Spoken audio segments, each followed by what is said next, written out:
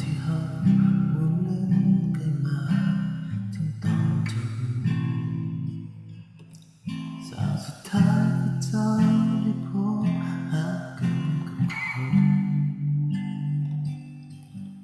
เราสานความรักทุกตอนของสองเราต้องแสดงตามบทที่เขา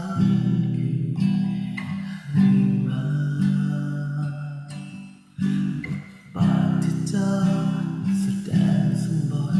สมราคาแล้วว่าเป็นบุญวาสนาที่เราได้พบกันบทสุดท้ายที่เราได้ร่วมเล่นคือได้เล่นเป็นคนหากันมันเป็นช่วงเวลาที่แสนสั้นก่อนที่เขาคนนั้นจะก้าวเข้ามาในฐานะเป็นมือที่สามก็มาคอยขัดขวางญาติเอาเจ้าไปผู้กำกับสังขารน้ำตาไหล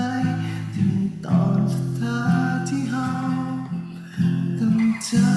กกันถึงนาทีสุดท้ายที่เราได้พบกันแล้วแต่สวรรค์ฟ้าดินกำหนดเขียนบทต่อไปให้เราได้พบหรือจบกันไปแบบนี้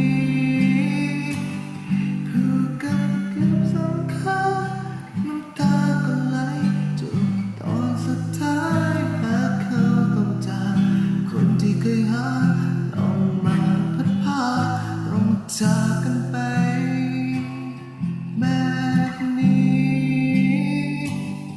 ผู้กำกับสังขารน้ำตาก็ไหลจบตอนสุดท้ายหากเขาต้องจากคนที่เคยหาต้องมาพัดพาต้องจากกัน